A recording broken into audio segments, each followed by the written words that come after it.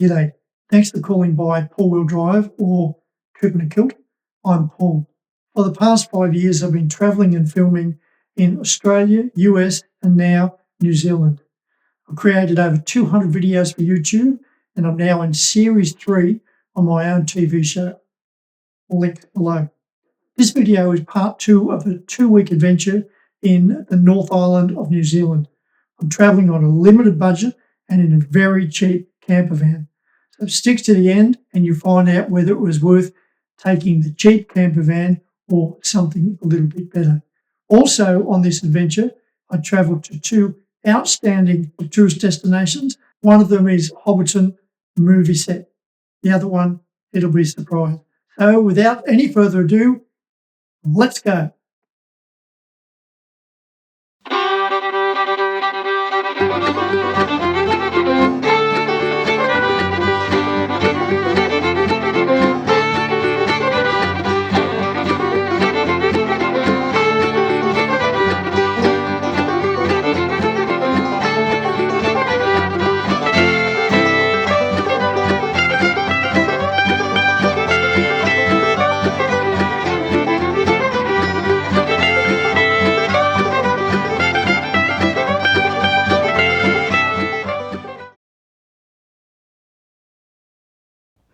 I'm camped in the Freedom Camp in Matamata, a perfect little town to organise yourself going out to the Hobbiton movie tour.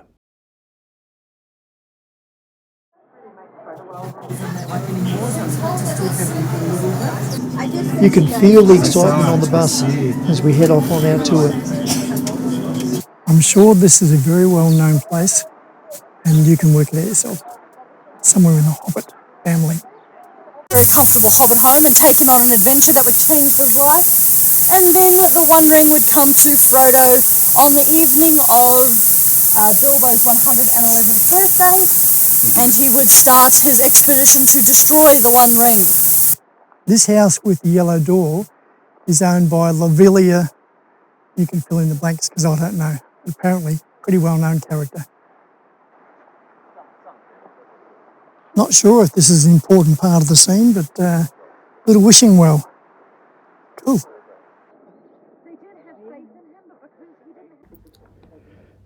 There is so much to see on the tour, but they do give you plenty of time to take it in. On this little short video, I'm just going to give you a taste of it all.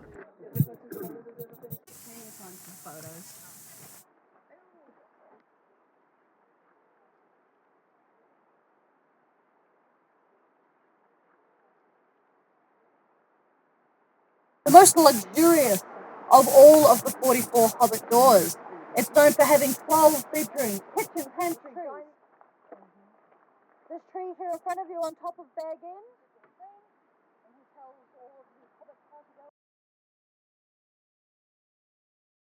Basically, to break it down for you, my friends, we're going inside. Oh. All right.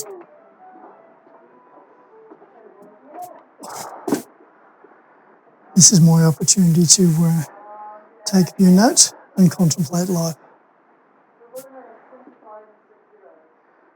Well, there it is, the end of the tour. Would I recommend it? Absolutely, it's awesome. And I haven't really seen much in the way of the movies, so definitely recommend it. Just about to go into the Green Dragon, I think, and part of the tour they throw in one drink, so you can have a choice of 4 alcohols, or they've got ginger beer or a cup of tea or coffee, so nice way to cap that day off. Thank you to the Green Dragon. That little ale was just the right amount, but you can probably hear over my shoulder. I think some of the travellers have had 2 or more. Obviously, they're not driving out of here, but a great little jig and a gig. Yeah, 2, yeah. Okay.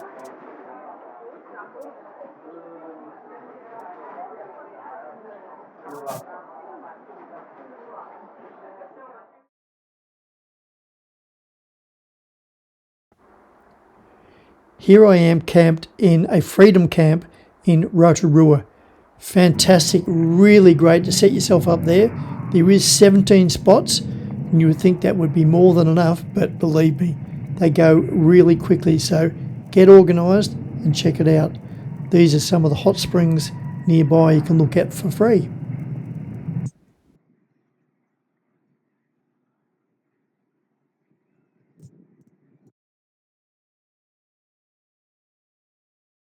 So here I am in Rotorua, and this is a free camp, or Camp Freedom I think it's called, and there's 17 spots, and I was here yesterday at about 4 o'clock and there was 0 spots. So I came here quite early today to find something and met up with Max and Maria, and they're going to tell me a little bit how they got their van, because my van, I'm thinking, it's okay, but there's moments of it not that great. So you got this when you say late. That means that like 2 weeks before you said we want one. And Yes. this company said, yeah, we've got it for X dollars. Was it cheaper because it was lacking some things, or? No, we just found it through Campervan, Yeah. I'm pretty sure. And no, and they just advertise as the car is as it is. And on the internet it says like, this is an example, and then they just have a picture of the car.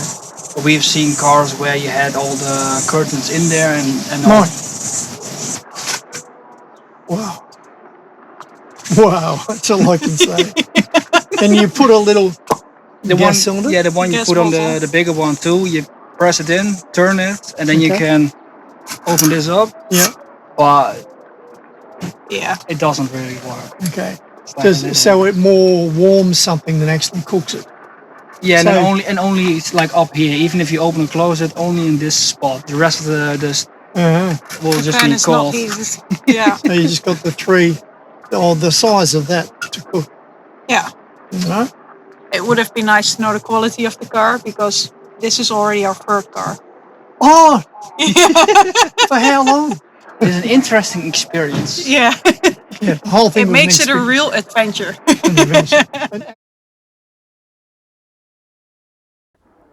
It's true what they say. The hot springs, you can usually smell them before you can see them.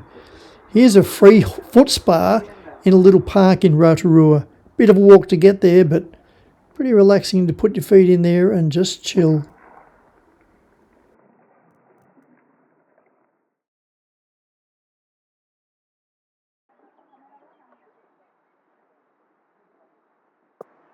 This is Putarura Blue Springs. Definitely worth going. It's about just over a kilometre walk from the car park, and you can do a long walk for about an hour and a half, but if you really want to check this out with a little distance, this is the way to do it. So you stop at the car park, grab yourself an ice cream if the guy's still there, and then walk up this round about 1 kilometre.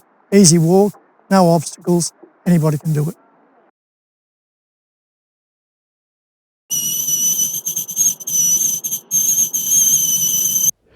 As I mentioned earlier, in Rotorua, if you want a freedom camp, you really need to get organised early. I missed out and I end up out at the Speedway. Still a great little camp though.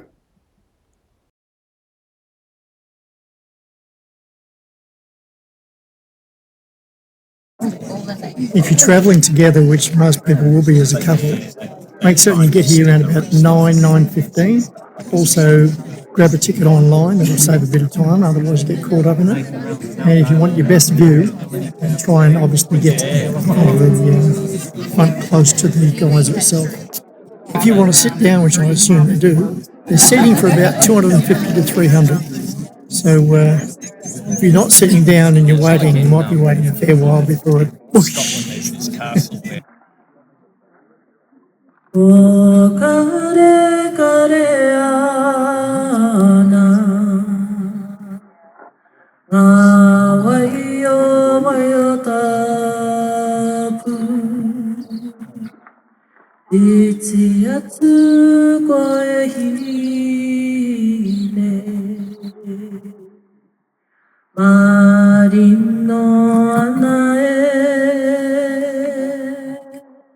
Well, that was it, the big ticket item, Lady Knox Geyser, or Geyser, I'm not sure. Very impressive, great little story, and definitely recommend to come here. So when you buy your ticket, it gives you access to this geyser and the rest of the park on the other end. A little hint, probably a good idea to drive. You can walk if you're a real fitness person.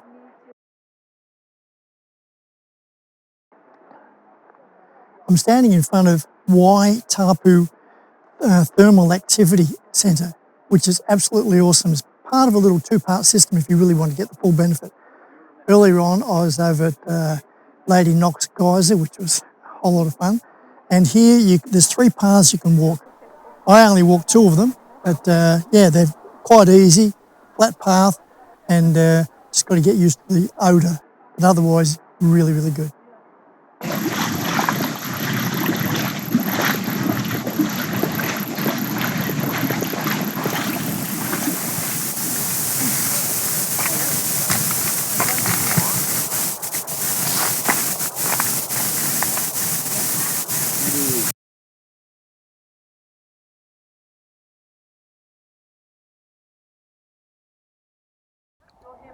When you go to the T Part 2 Maori experience, you actually get some tuition. So you kind of really get into their culture, all the things that they teach you to do. And then you can see how it's really done.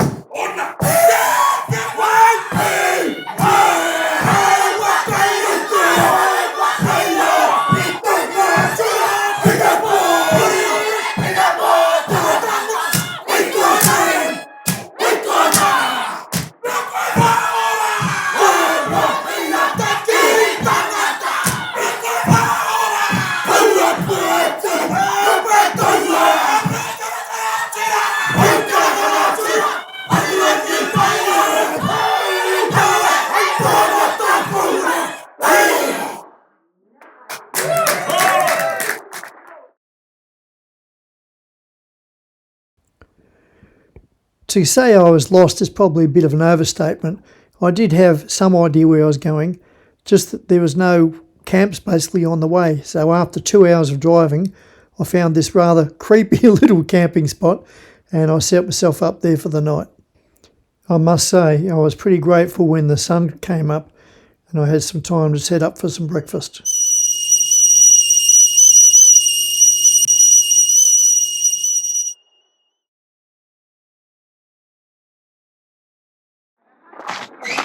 This, without a doubt, could be one of the most exciting adventures available in the North Island of New Zealand.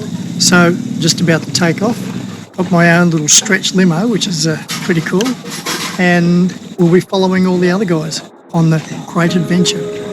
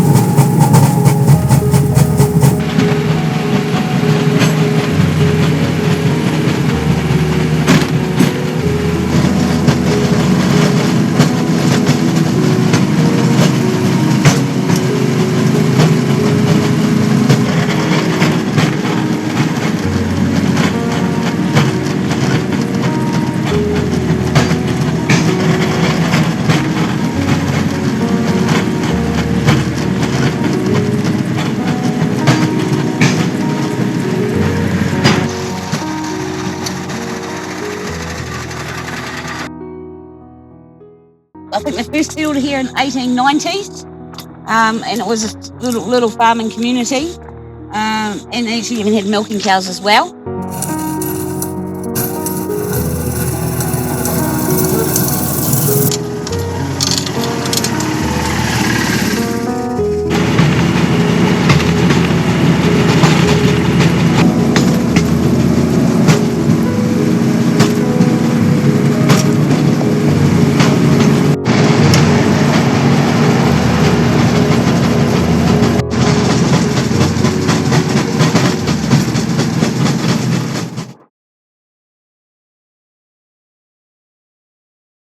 Good morning, up at the crackle of dawn, just about to head off on day 2 on the cart tour.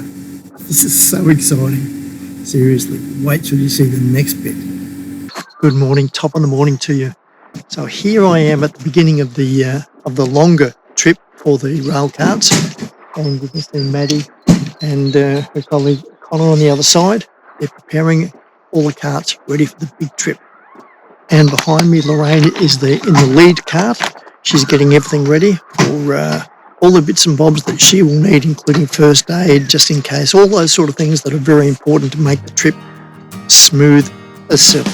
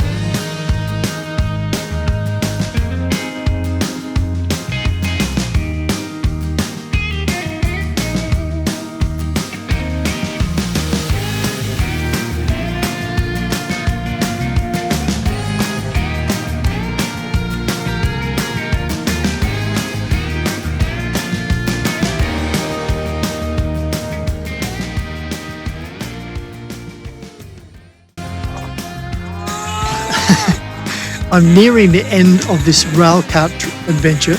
It has been, words fail me, that good. So if you possibly get the opportunity, you've got to jump on board one of these. They've got various packages, so you might want to check that out. It's been great, it's been a whole lot of fun, and you can see you really are back in nature.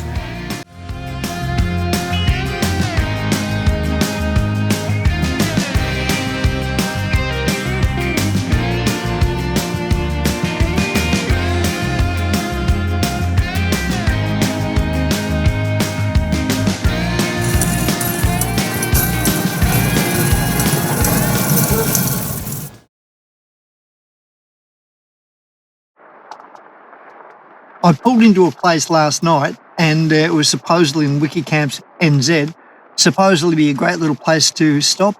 Drove in there, and basically all it was just a little section of gravel.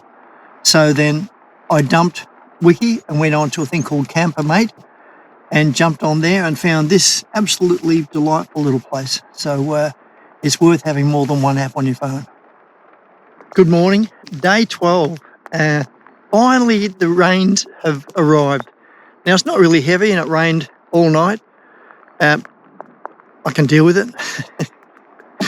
One out of 12 is pretty good.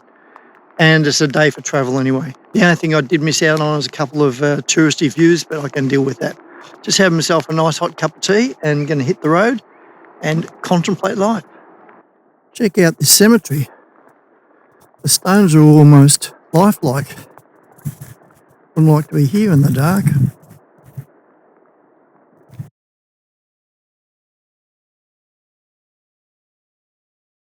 want you to know that I made it to Manu Bay, where they have that really long left-hand break. So there it is, pretty miserable weather.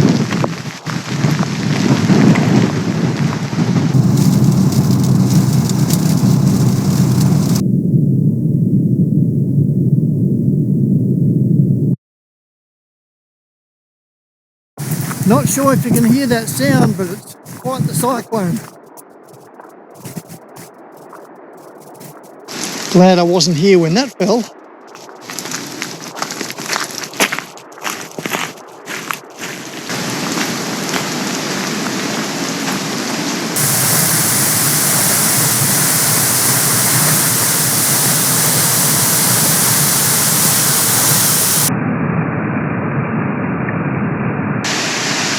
Just walked up the stairs, 265 of them.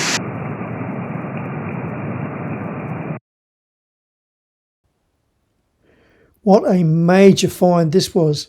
It's 15 minutes away from the airport where I had to drop off the car. It was a farm, it had hot showers, it just had everything.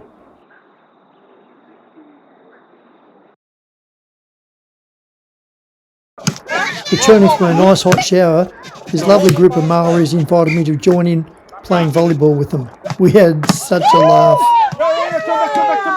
Let's go,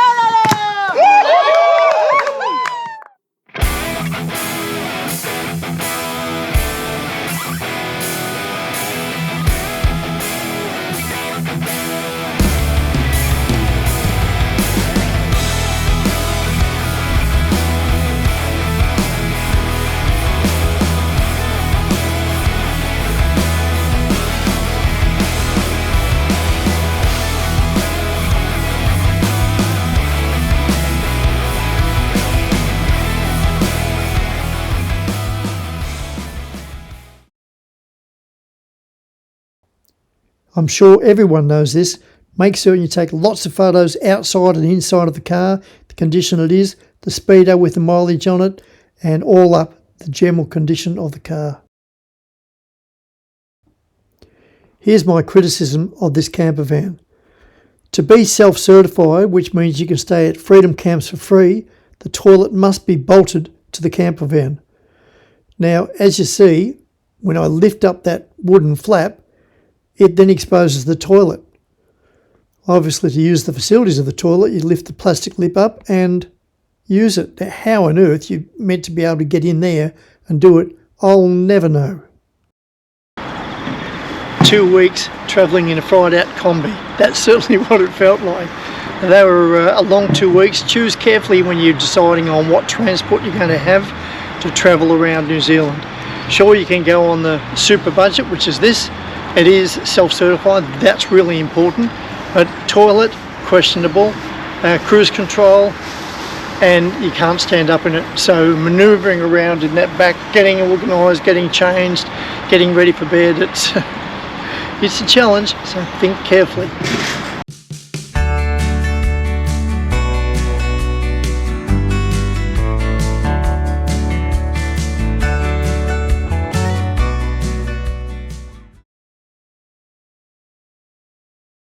Summing up, the reason I think you should go and visit the North Island, the scenery is stunning. Almost everywhere you stop is picture postcard. I love the Bay of Islands, that was outstanding. Then I really enjoyed the Maori cultural experience, and of course the 2 tours I did, which were the Railcard Adventure, that was great, and also the Hobbiton movie set. So wrapping it all up, should you visit the North Island? Absolutely. Next week, I discard this beast of a camper van, fly down to Christchurch and get a real camper van. So until then, this is Four Wheel Drive, signing off.